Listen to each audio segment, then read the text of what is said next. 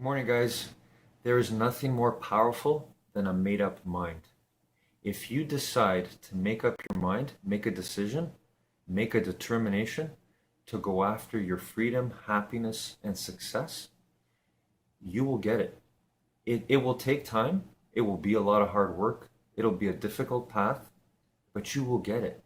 But you have to have that made-up mind. If you decide to never give up on that, to work at it every day relentlessly over and over, you're going to activate that power of your mind, that full positive power.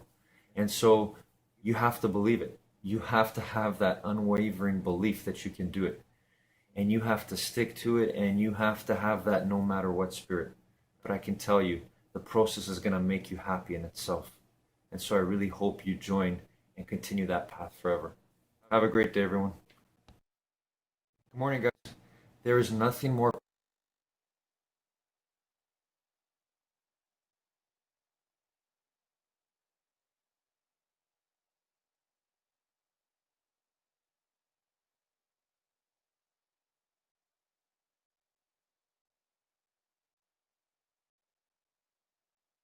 I have been making espresso videos for 7 years now, and I thought it would be fun to look back on the first 7 espressos that I've made over the next 7 days, so you can enjoy, maybe have a few laughs, and hopefully also get inspired. Here we go. So today let's look at the 4th espresso I ever made on Richard Branson. Good morning, Believe Nation. If you are on the fence as to whether you should start a new business or a new idea or not, I'm going to share with you an inspiring clip from Sir Richard Branson that I think will help.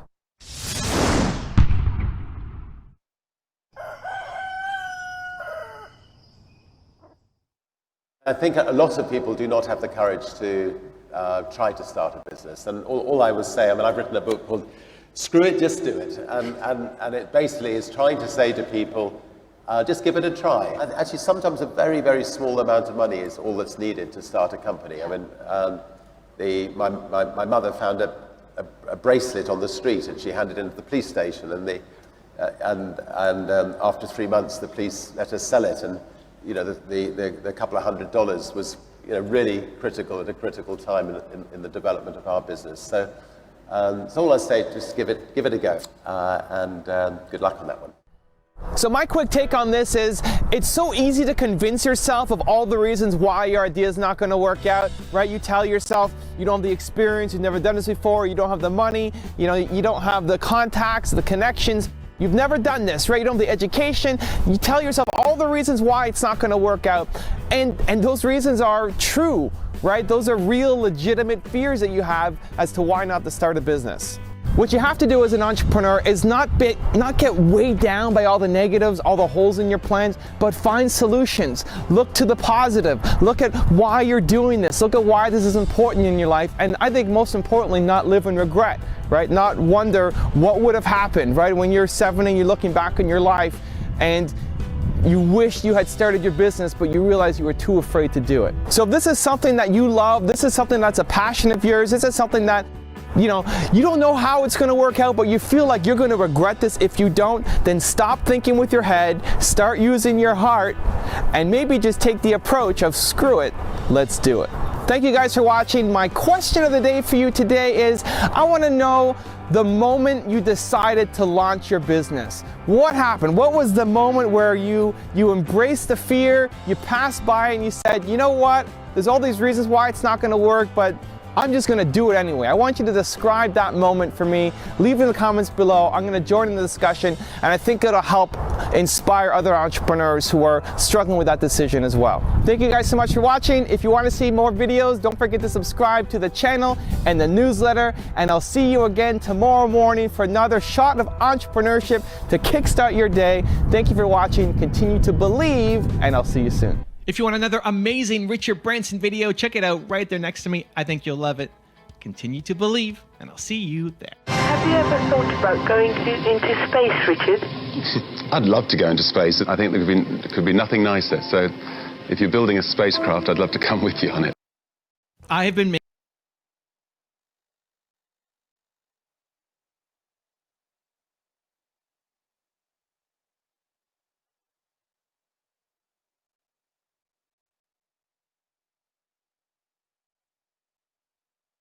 Morning, guys. I want to share a story with you from Eric Thomas, who gave an example one time of a gentleman who was trying to make changes, trying to, have the things that Eric Thomas had in his life, which were related to his relationship with his wife. He would say, he would tell Eric Thomas, how do you do it? How is it that you have such a happy, fulfilled, deep relationship with your wife? And Eric Thomas would tell him that, well, I'm willing to do the things that are going to help in that relationship. I'm willing to do what's required in a relationship, including perhaps helping around the house, cooking, cleaning, that sort of thing. And this particular gentleman said that he didn't like doing that, or he said he really wanted to be successful in his relationship, but he didn't want to do those kinds of things. And he said to Eric Thomas, I feel like a punk when I do that. And then Eric Thomas' response is, make me a punk. I want to feel like a punk. If that's what it takes for me to have a great relationship, that's what I got to do. And that's the spirit we have to have. Have a great day, everyone.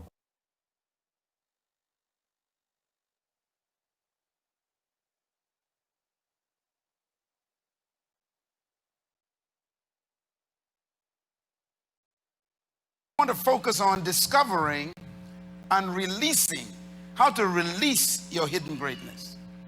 Every human being in this room and those watching by the internet, you have inside of you, I have no doubt about it, greatness. But most people will die with their greatness on the inside.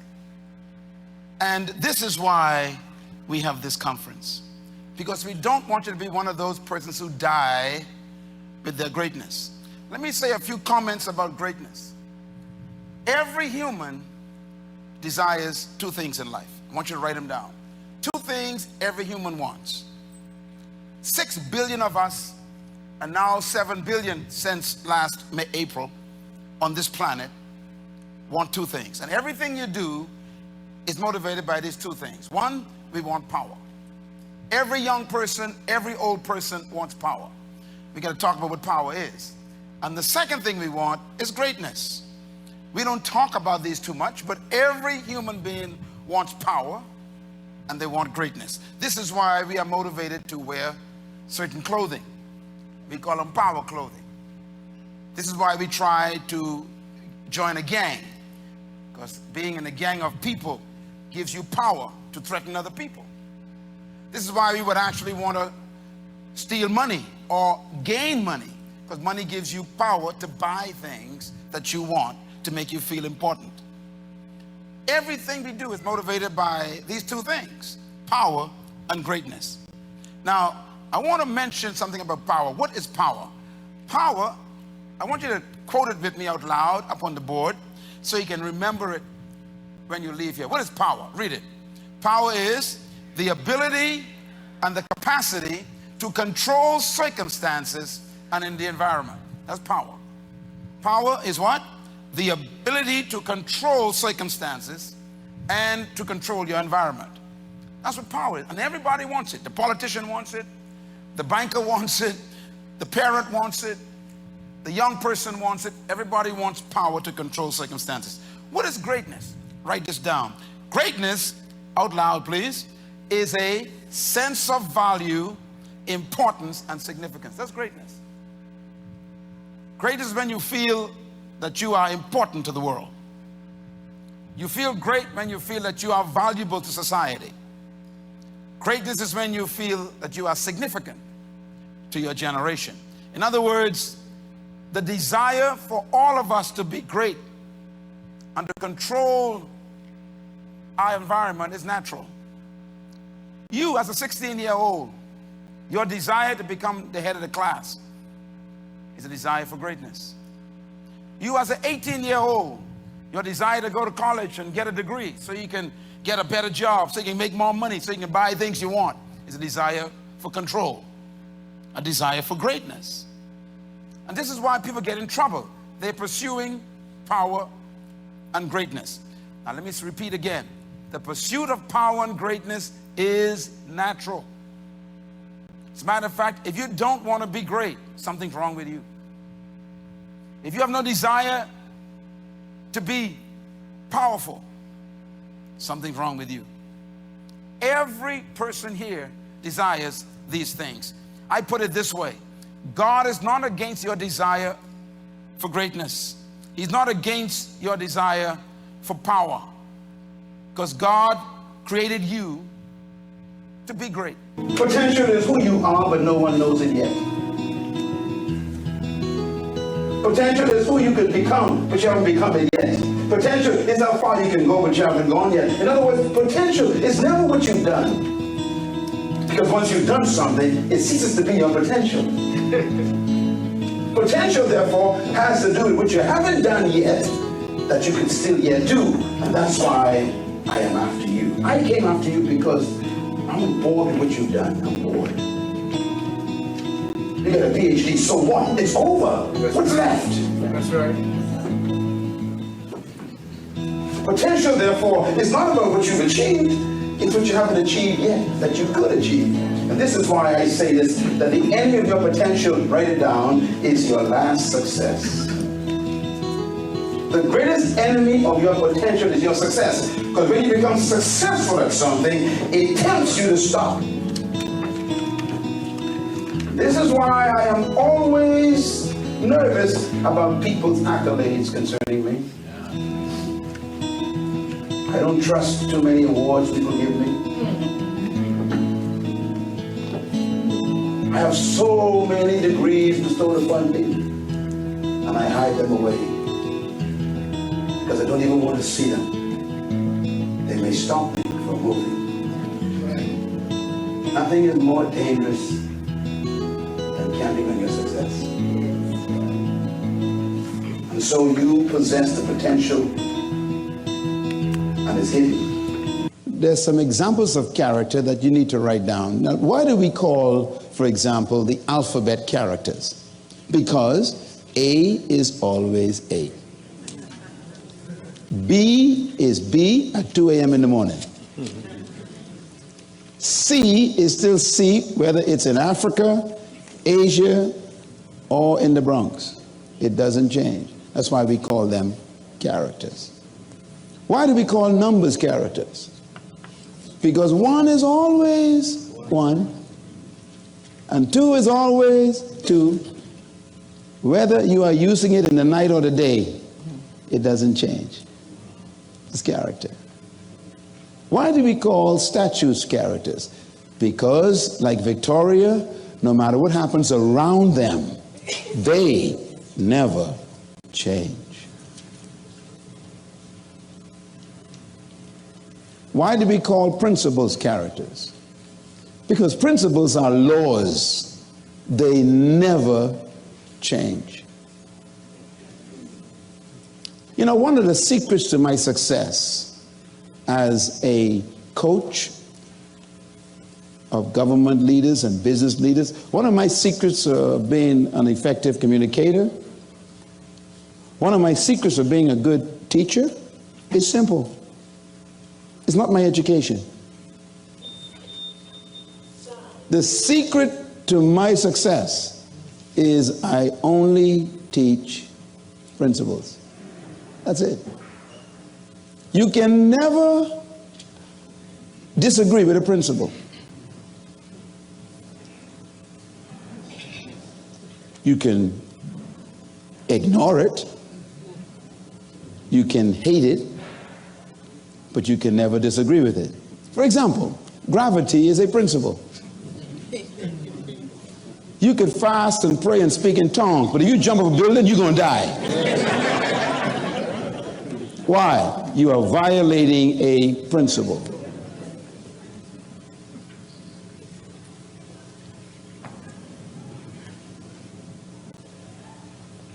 Character is that way. That's why a person with character does not live on what's popular. They live on what is principle. And this is why it's very difficult for politicians to have character. Because politics is based on popularity, which means you will literally sacrifice your principles to protect your popularity, which cancels your character, which means you cannot be trusted.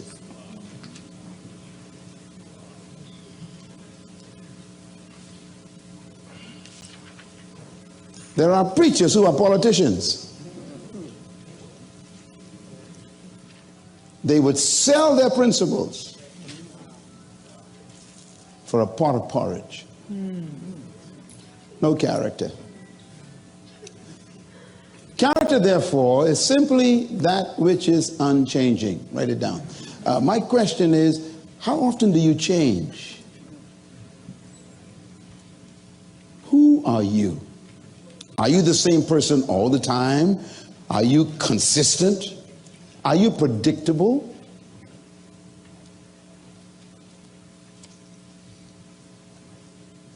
Leaders must have character. Why? Write this down. People will not follow you if they don't trust you. So character attracts loyalty. The kingdom gives his wealth to his citizens to accomplish his purposes in the colony. This is a very important statement. The kingdom and the king himself, he owns everything, and whatever he gives you is not for you. It's for his purposes in the colony. This is important because the moment you think what you receive is yours, then you lock it up. You stop it with you. You hold on to it. And that is anti-kingdom.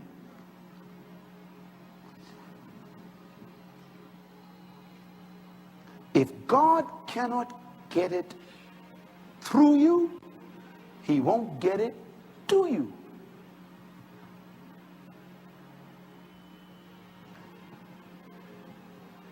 Anything God gives you is to accomplish his purpose in the colony. I remember the scripture that explodes in my mind at the moment. Deuteronomy chapter 7 and chapter 8 are important chapters to read. It's when the Lord brought them out of Egypt. He began to tell them how they must think, their attitudes. And then he said to them, he said, I am your God. And it is I who will give you the power to get wealth. Now that word power there means ability or skill. I will give you the ability, the power, the skill to get wealth. And the sentence ends like this: so that I might accomplish my covenant that I made with Abraham.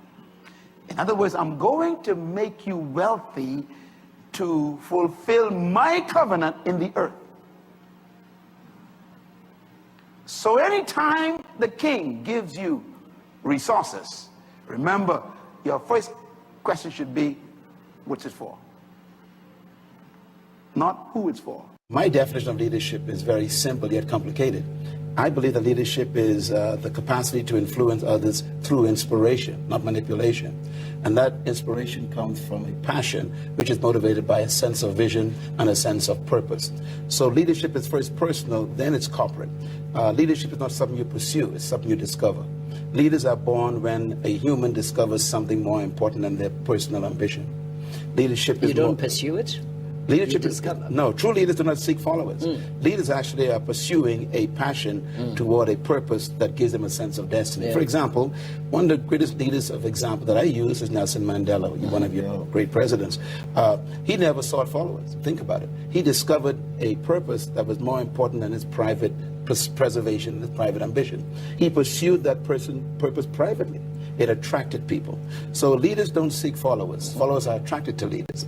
Leaders are more concerned about discovering a purpose to improve the life of humanity that's more important than their personal ambition. So they sacrifice themselves to accomplish something for the greater good. We find that very rare lately. Most people we call leaders are simply professional manipulators, and they actually are more concerned about their own promotion than promoting the people. Intellectual development you have, the more spiritual development you have, the more psychological development you have, emotional stability, you become more valuable to the world. And let me say this finally, if you become valuable to the world will pay you to be yourself. That's right. So it's important for you to become a person of value, not to seek value in things. That's right. I get paid for what I know, not for what I do. And I think this is what we need to perceive as being most valuable. Do you know what they actually call intellect? They call it capital. You know, intellectual capital is really a commodity. And so I want to encourage our young people to focus on discovering the purpose for your life, why God created you, and then discover your gifts, and then refine them, develop them, practice them, and then even begin to serve them freely to your community. Develop yourself, and in a short time you'll discover that people will pursue you. Because when you develop your fruit and you maximize your fruit of your gift in life, just like a tree, trees never bring their fruit to you. Right. They just simply manifest them. You are attracted to the tree. So when you develop your gifts and refine your gifts, you don't need to look for followers. They'll find you. That's right. After all, leadership is not about finding followers. It's about followers being attracted to what you have. And this is true commodity.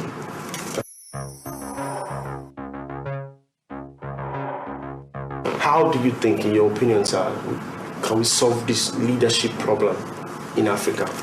You know, the leadership problems in all developing countries, not just Africa, but all of them, are really historical problems. And all of them result from the same experience, and that is colonialism. Oppressive colonialism in the last 300 years was not designed to produce leaders. It was designed to maintain followers. In other words, the colonialists had no interest in making the oppressed leaders. They wanted to make them slaves. And so there was no need for them to train them, to educate them, to prepare them for power, to manage resources.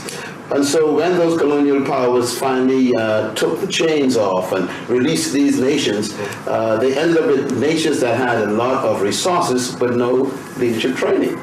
And so much of the leaders that emerged from post-colonial situations were actually leaders who were freedom fighters. They had to have wars for their freedom over from the imperialist powers. So many of these become military people, or they become jungle fighters. Suddenly, you have a guy who fought the military. He's now a prime minister or a president. I mean, this is an amazing transition here. And so, how do you come out of the jungle and become a prime minister? That's what most of history is for these third world countries. I had to fight for my freedom, and now I'm the prime minister.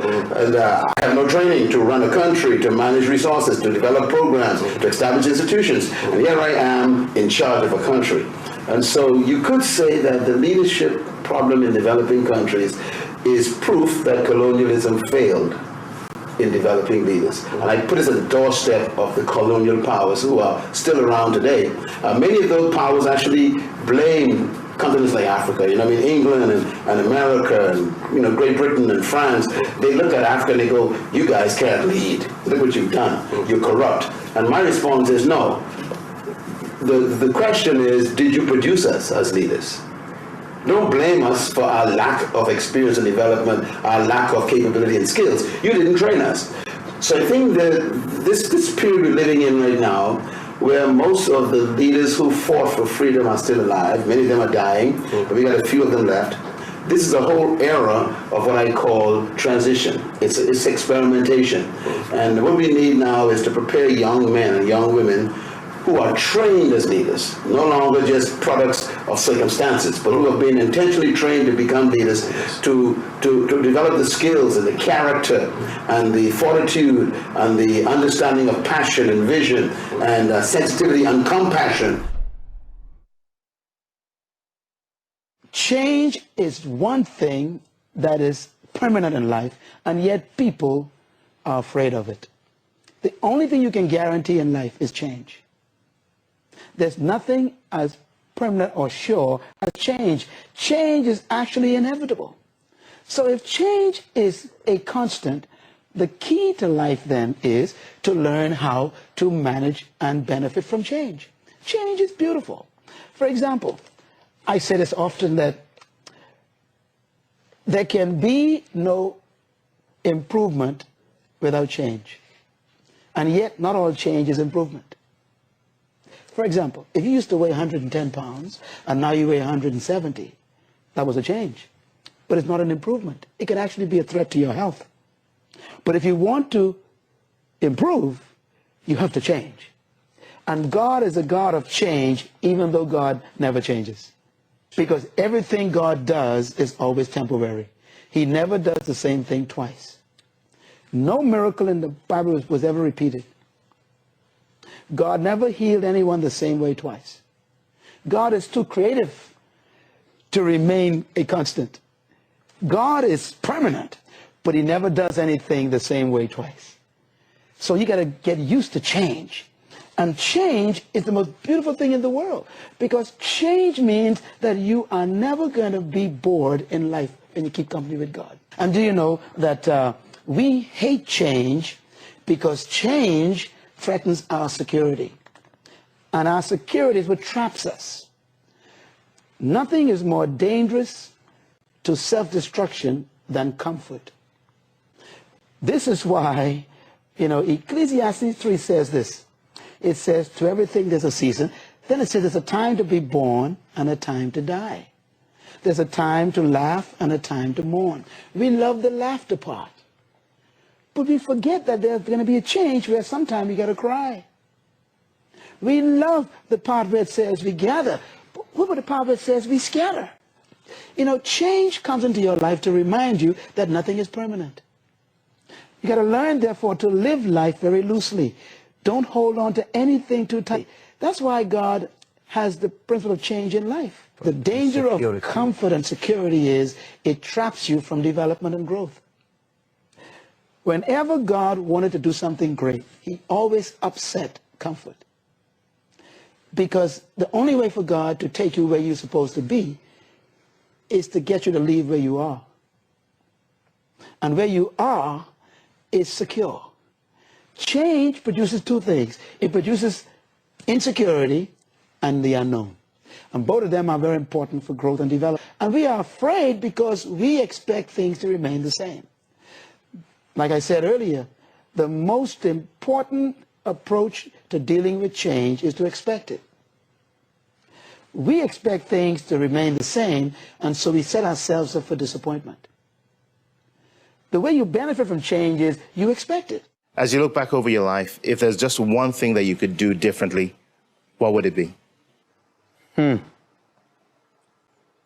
That's always a tough question. I get that question asked a lot. I'm not sure, because everything that happened in my life produced me. Even the negatives, even the things that I might have failed in, the things I've made mistakes with, they were fantastic classrooms for me. And I believe the best thing in life to do is not to regret and try to change what happened, but to interpret it properly, maximize it, and use it to serve other people. And that's what I want to do with my past. Because you made it this far in a video, I want to celebrate you. Most people start and don't finish. Most people never actually follow through. Most people say they want something, but they don't ever do the work to actually get it. But you are different. You are special. Believe Nation, you made it here all the way to the end, and I love you. So as a special celebration, if you put a hashtag Believe down in the comments below on this video, I will showcase you and celebrate you somewhere on the screen in a future video because you are awesome. If you want some incredible Bishop T.D. Jakes motivation, check the video right there next to me. Continue to believe, and I'll see you there. Intellect can describe it, but only instinct can find it. You must understand that the purpose is the underlying chemistry that makes you live your life. Your kids are not going to make you happy. Your spouse is not going to make you happy.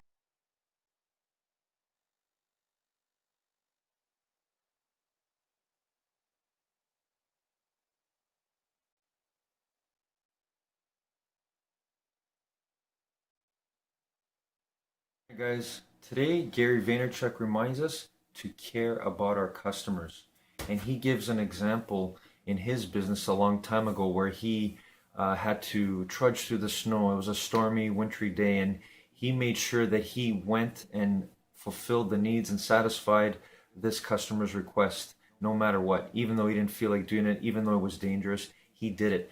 And that became the spirit of his company. He make sure that he takes care of his customers no matter what. Well, the way I would think we should look at things is that your customers, even if you don't have a business, are the people around you. And so by you working on you, being the best you, providing the best you for people around you, you're helping every single customer. And the same goes with them, and that builds and spreads with each other. So let's remember from Gary Vaynerchuk, and let's remember that we are already like a business of being our true great self for ourselves and others around us. Have a great day, everyone.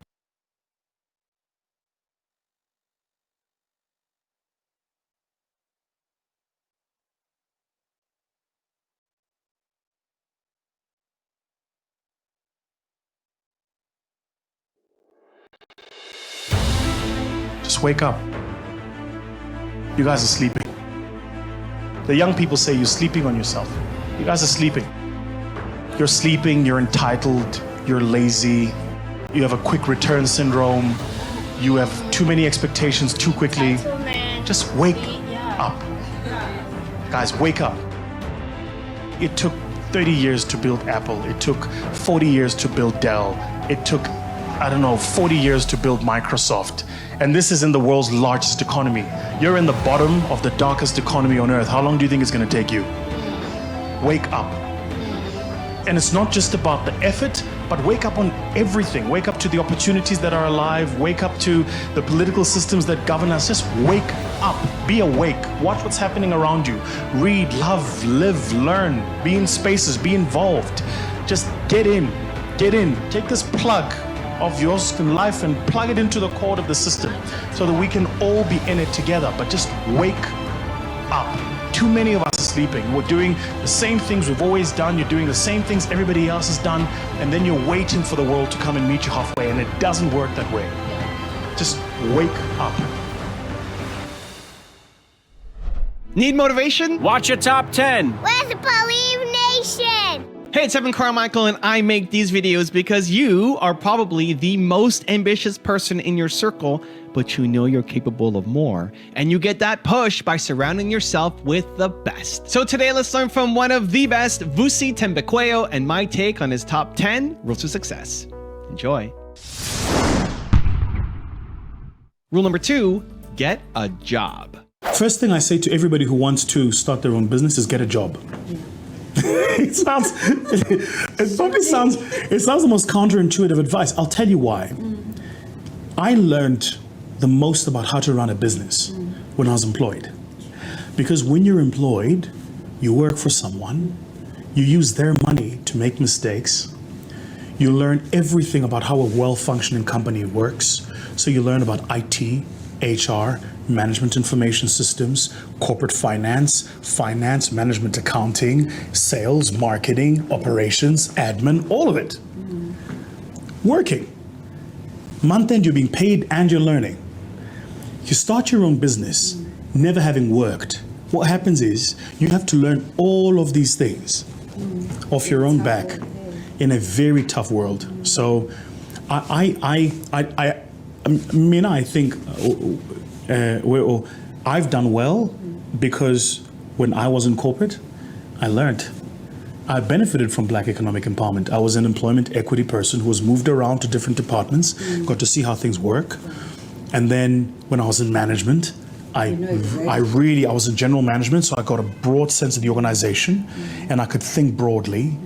I could also be very specific when I needed to and deeply technocratic, but also broad and strategic where you needed to, right?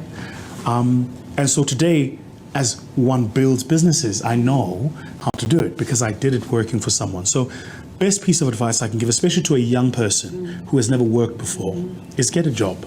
Rule number 3, have grit and hunger. I think life is a lot about who you are and how you show up when the losses happen. Anybody can be a superstar when it's winning season. Yeah. And it's easy to believe in yourself when you're on a winning streak. Yeah. But when you get tested, when you lose, when things go wrong, when you're and if there's one thing I've learned actually is this. It's a great way to start our conversation. It is that talent is overrated. That speed is the most important commodity you have. That time must never, ever be wasted. And most importantly, that somebody with grit and hunger will always outperform people around them. If you have the ability to hang on when things get tough and you're hungry for what you want, you'll succeed. You will succeed. It's a law written into the universe. It's like gravity. You jump off a 20-story building, gravity is going to pull you down. If you have grit and hunger, it doesn't matter how you look, where you come from, how you speak, what they say about you, how long it takes. If you have grit and you have hunger, you will definitely succeed. Rule number 4, find your assignment. My Creator put me on this earth for a specific assignment. So I've got a job to do. Now, people often misunderstand assignment for destination. Those are not the same things. Assignment is the job to do. Destination is the place to go.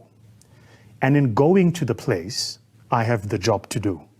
Right. Your question was around how does he link that to his purpose? It's a tough question to answer because many people often don't think about their assignment on earth. Yeah. What are you here for? So we think often about, just think about it. We go to school. At school, we're taught to get a skill. You get a skill.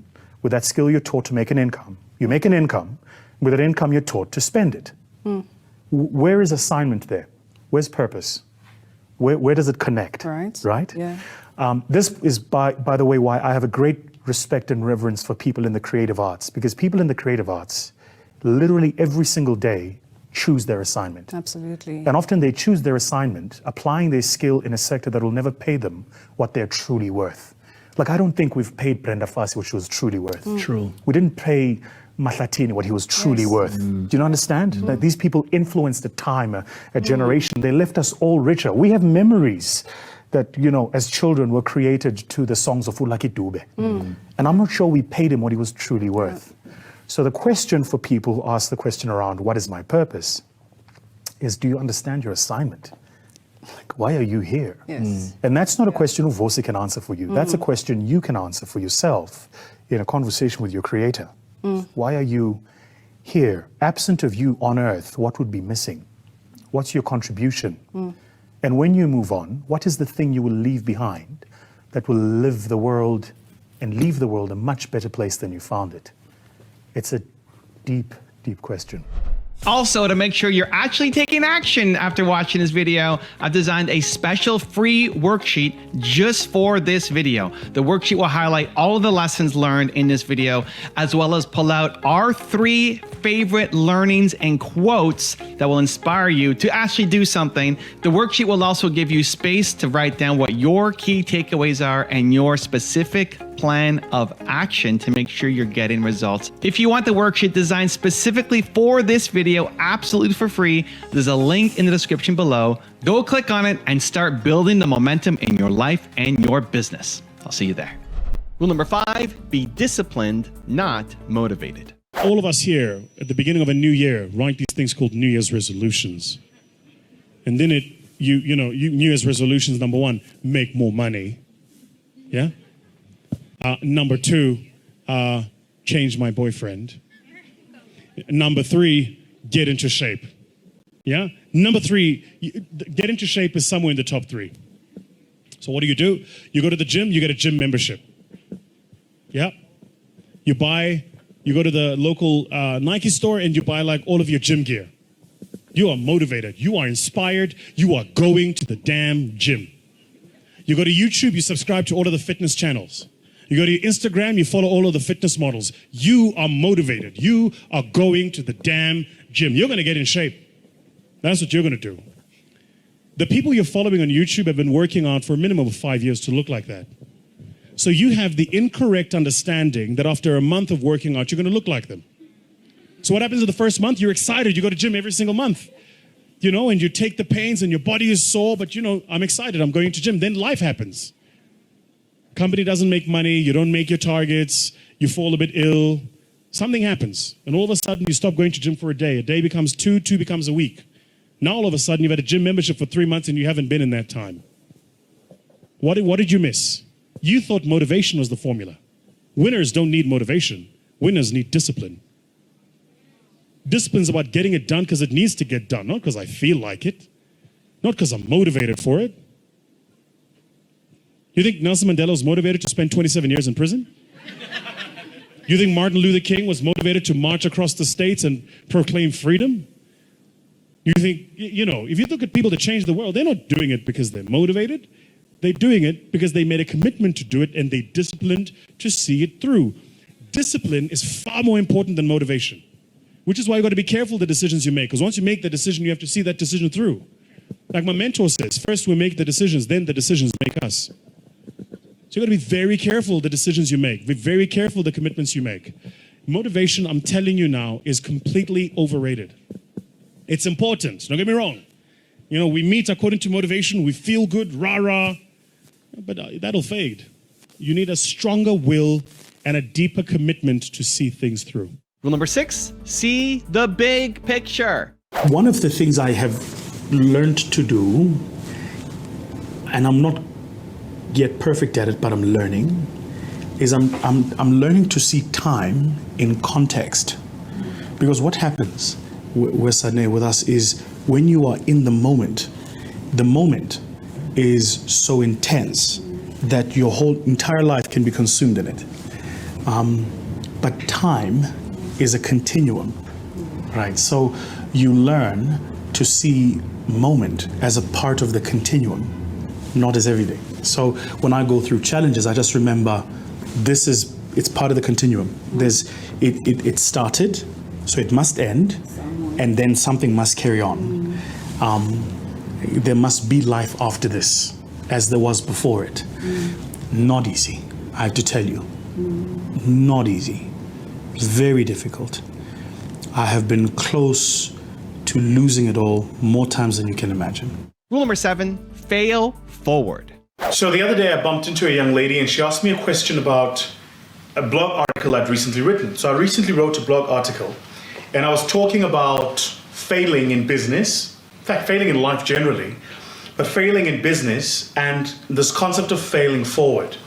And she just didn't get it. She was like, what do you mean by this failing forward thing? You're either failing or you're succeeding, right? And the answer is no, you're not either failing or succeeding. The whole thing about failing forward is about what you take out of the failure. So let me put it to you this way. People think failing is something that only happens at the beginning of your business journey. The truth is, failing is something that happens in life, all throughout life, and it's something that's going to happen in your business journey all throughout your business journey. You're not always going to get things right, and things are not always going to go your way. So very recently, certainly since I've made the decision to start my growth fund and start financing entrepreneurs, start working in the space as a venture capital, and I don't come into the VC space as do many other people. I'm raised by a single mother, I'm Welukshini, started my own business myself. So I don't come from a legacy of money. So for me, losing money is a very personal thing. It's like money I've worked for. It's not just money that fell off a tree. And I started investing in entrepreneurs, and some you win, some make money, and some you lose. Some you actually lose your investment. In my books, that's failing. If I take money and I give it to an entrepreneur and I invest in them, and they don't succeed, and in turn I lose my money, that's failing, right? So the question then becomes, even in my own situation, how does this failing forward principle apply? And here's what I think you need to realize as an entrepreneur. Knowledge is not a finite commodity. Knowledge is a fluid construct. So it's something you're always in the process of acquiring. You'll never have all the knowledge there is. Even today, I don't know everything there is to know about my business, about my industry. I try to. I stay ahead of the curve. I know more than most, but I don't know everything. It's just not possible. So when you understand that knowledge is a fluid construct and not a finite commodity, then you realize that the purpose for failure in your life is to accelerate your knowledge process. Certainly the knowledge acquisition process. The reason you fail is because there's something you must learn so that you don't fail at the same thing again. That's what failing forward means.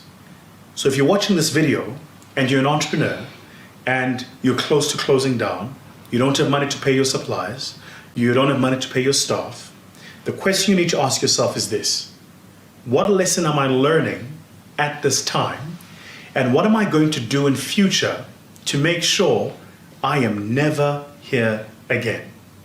That's how you fail forward. Rule number 8, be 1% better than others. If you follow any pursuit or endeavor, any form of conquest, sports, business, arts, culture, anything where human beings endeavor to perform better than other human beings, there's something called the law of averages, which is that there are people who are below the average, but the average person fits into this big bowl in the middle called average. Then you get this tiny little group of people at the top. My fascination has always been with the people at the top. Think about the world's fastest man of all time, Usain Bolt. So is Usain Bolt the world's fastest man because he's more talented than anybody else? Or is he the world's fastest man because he has a genetic advantage? Or is he the world's fastest man because he has the best training? Is he the world's fastest man because he has access to the most advanced science? Or is he the world's fastest man because of all of those and he's only 1% better than everybody else? I learned that I didn't have to be 100% better than everybody else. I didn't even have to be 10% better than everybody else. I only had to be 1% better than everybody else at everything. Go watch Sean Roden when he won Mr. Olympia. I'll never forget, there's that shot of Sean Roden coming out and there's the light from the back and you see Sean Roden's waist this big and his shoulders that big and that beautiful arch up, right? Now, you're probably watching this going, why the hell was he talking about bodybuilding? Let me tell you why I love things like bodybuilders and athletes. It's because they have to train tens of thousands of hours to make that 1% improvement. That additional 1% is tens of thousands of hours more than the 99% of the people beneath you. So if you're busy studying for an exam, if you want to be right at the top of your pile, you got to make sure that you put in more hours. If you're training, you got to do that too. You're running a business, you got to be up earlier, sleep later, work harder when you're in it. Rule number 9, learn to know. Tell me about that relearning process. It seems to me like that specific thing is something that really discourages people. They don't know what to do when they hit that relearning kind of fork in the road. What do you do when you get there? Well, I mean, I think a part of the problem is sort of the mental perspective and disposition we've taken to the learning question. So what we've done in South Africa is we've gone, and it's not a South African thing. I mean, I think it's a global challenge. Is you learn to pass, and you'll hear often, even in business schools, you're finding it today, where learners will ask the lecturer about, is this in the exam? And that speaks to sort of the disposition we've taken to the education and the learning, which is I learn to pass, and I want to know what's in the exam so I can learn that, so I can answer that question, so I can move on. Learning in the new world is about learning to know so that you don't need to know what you know. And this is where it becomes really complex. When you know what you know, it means you haven't learned it yet, because it means it's still conscious in your mind. It's when you start using it, not knowing that you've learned it, that it becomes internalized in you. That's really when you've learned. And that's why this relearning thing has become so important. The world we live in is changing really fast. I mean, in 1960, the amount of computing power Neil Armstrong had to send him to the moon was less than the amount of computing power you have in your cell phone right now. Right? And he yet created one of the greatest feats of the 20th century. So the world has changed, and if it has, so too do how we need to approach the learning process and understand that there's actually no such thing as a complete. There's no pass anymore. The pass is every day. It's a perpetual pursuit, and you're always looking to get better. And rule number 10, the last one before some very special bonus clips, is move on. Sometimes it's also learning when to say enough. And learning when to close the door, learning when to move on, learning when to realize that the old playbook doesn't work anymore.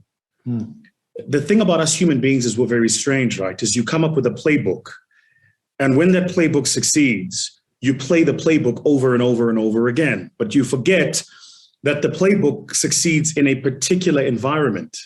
If the environment changes, the playbook's not going to work anymore. I don't know how many people in this conversation have seen that, where you have a coach of a particular sports team who does exceptionally well one season. And then the next season, same coach, same sports team, and things fall apart. It's because the environment has shifted. It's changed. Spain had that problem. They were the best team in the world at some point. Correct. And then what happened with Spain is they continued to play their style of football, this tiki-taka style of football, as they call it. But the world adapted, it shifted, it changed, and it molded itself around that playbook. Yeah. So I think a lot of us come from, This is my playbook. I know this country, this market, this product, this territory. I know those people and those customers. Yeah. But the world has changed. It's 2021. It's not 1998. And the minute you understand that, you then understand that the concept of being nomadic is not only about being in a part of the world where you are open to the whole world, it's also about moving on when things don't work anymore. If you study people who are at the pinnacle of anything, you recognize that to get there, motivation was maybe 1% of the formula. Maybe. 1%. And I'll prove it to you. If you want to become a world-class bodybuilder, say an IFBB pro, what that takes is you have to train twice a day, 6 days a week. You have to have 8 meals a day. Your calorie intake is regimented. Your meals are pre-planned and pre-cooked. You don't eat according to taste, you eat according to function. So my trainer, for instance, will eat and I'm going, what are you eating? And he's having he'll have chicken that was boiled without salt. And he'll have like half a kilo of it. I mean, what are you doing? He says, I'm taking in protein. He doesn't say I'm eating. He says, I'm taking in protein. For him, it's functional. It's not taste-based.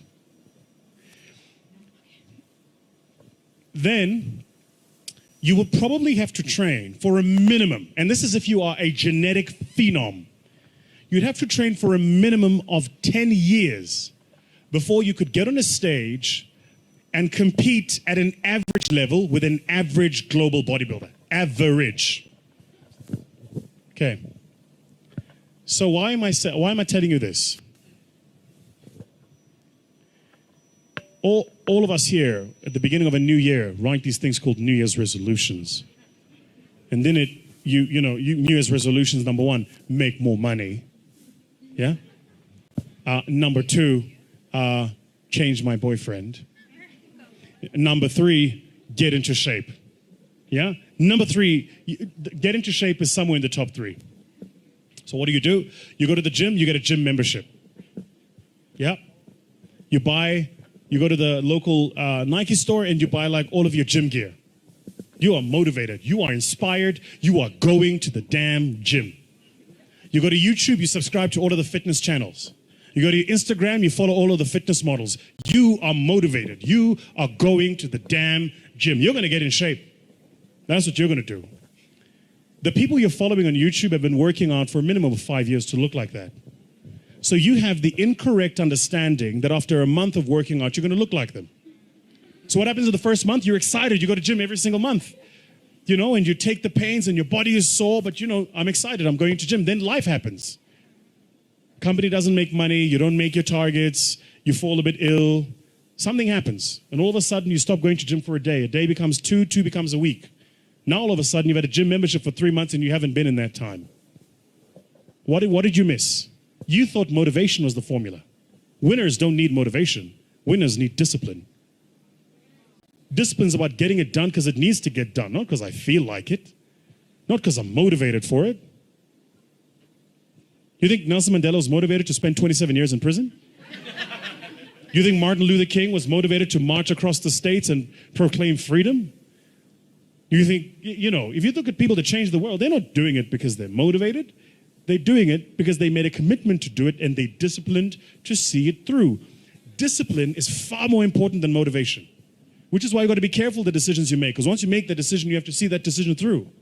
Like my mentor says, first we make the decisions, then the decisions make us. So you got to be very careful the decisions you make. Be very careful the commitments you make.